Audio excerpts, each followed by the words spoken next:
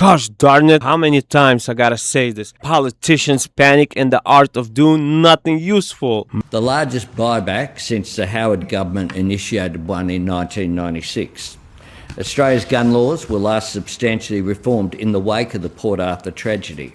The terrible events at Bondi show we need to get more guns off our streets. Man, this gets me every single time. How many times they gotta repeat this over and over and over and over and over? They lose in the security theater. Clowns in charge. That's what I call them. Freaking clowns in charge. Nothing more, nothing less. And welcome back to the RusNkaZ Show. I'm your host, Bam Bam. And today we're diving into the favorite pastime of politicians worldwide. No, not insider trading, y'all. We're talking about the panic pivot. If you don't know it, now you do. It's called, you know the drill. A tragedy happens. It's awful. It's heartbreaking. And before the police tape is even up, a politician steps up to a microphone and says, "We must do something." And boy, do they do something. Usually some stupid. Every single time, something that makes no sense whatsoever, something that solves nothing but makes for a great campaign poster. Today we're looking at 20 years of security theater, from the beaches of Australia to the digital back alleys of the UK. Put your helmets on, put your cash away, hide the gold under the bed, and most importantly, get your Dr. Pepper with strawberries and cream. 'Cause we love it, and we love it. And DP still haven't called me. I'm still waiting for that check, so I could sponsor you every time I'm on air. 'Cause I like you that much. So hook me up with the call and sponsor the show. Let's start with our friends down under, called Australia. In 2025, the Bondi Beach terror attack. Tragic stuff. 16 people dead. ISIS-inspired nightmare. So what does the Australian government do? Do they target the terror networks? Do they look at radicalization? No. They decided the problem was that law-abiding farmers had too many rifles. Is that a sheep farmer looking all confused next to a sheep? What? They introduced the toughest gun laws in a generation, yo. My favorite part, they capped the number of firearms for recreational shooter, which can own at, guess how many they can own? 4 guns. 4. Because apparently if a terrorist has 4 guns, he's manageable. But if he has 5, ooh, game over. That's it. We can't do nothing about it, man. Game over, yo. He grows a 3rd arm and becomes a supervillain. The Prime Minister actually said there is no reason someone needs this many guns, which sounds nice until you realize that mass shooters usually use 1 gun, maybe 2. They don't walk in juggling muskets like a circus act. But wait, it gets dumber. They also banned permanent residents from owning firearms. Only citizens allowed. Because as we all know, the magical ink on a citizenship certificate contains an anti-terrorism force field.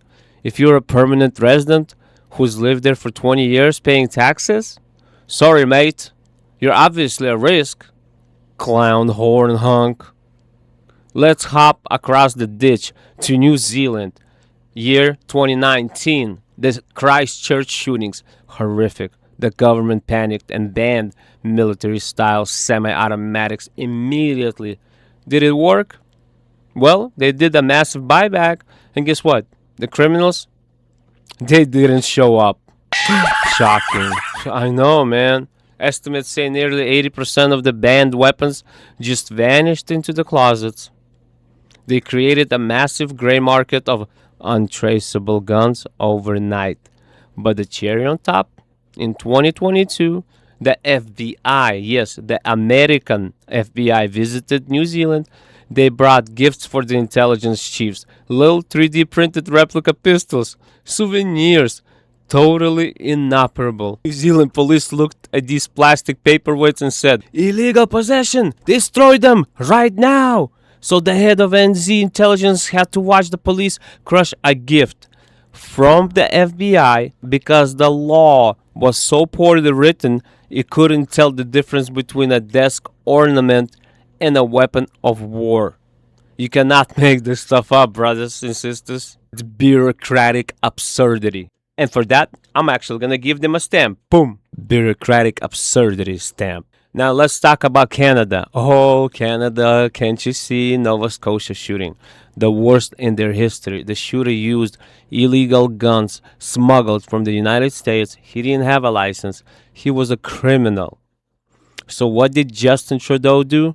He banned 1,500 models of rifles owned by the people who didn't commit any crimes. That's like a drunk driver crashing a Ferrari, so the government bans Toyota Corollas. We did it! The roads are safe! Meanwhile, while they were busy banning hunting rifles, Canadian criminals moved on to 2025 technology. Ghost guns, 3D printed receivers. Police seizures of these things are up huge numbers. The criminals are printing guns in their basements while the government is spending billions buying back rifles from Duck Dynasty.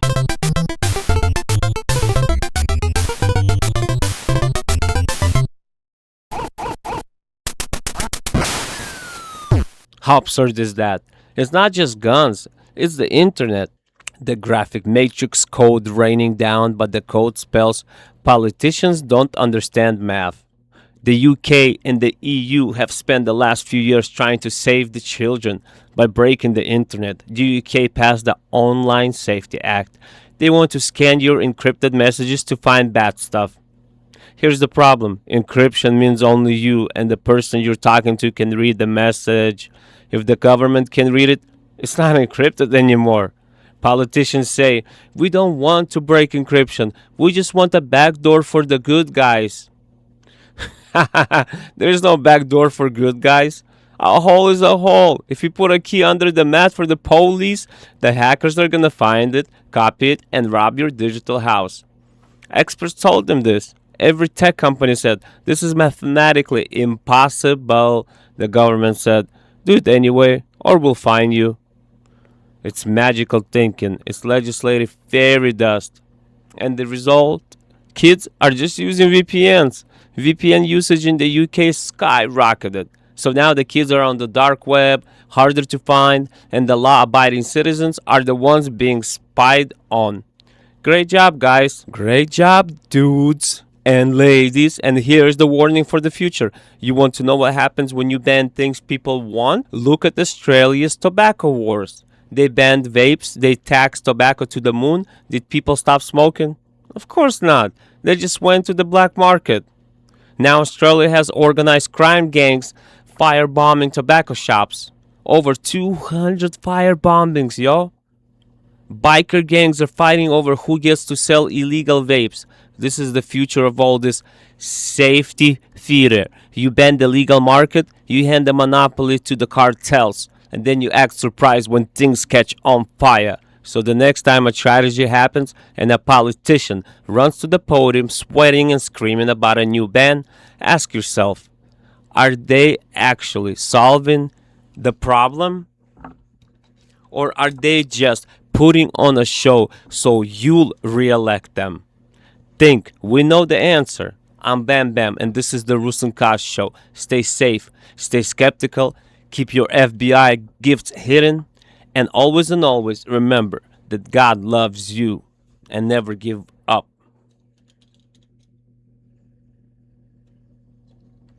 Peace, y'all. Catch the wave, let your dreams ignite. In the world of business, reach new heights. Join the journey, hear the words unfold. Bam Bam's vision, turning stories to gold.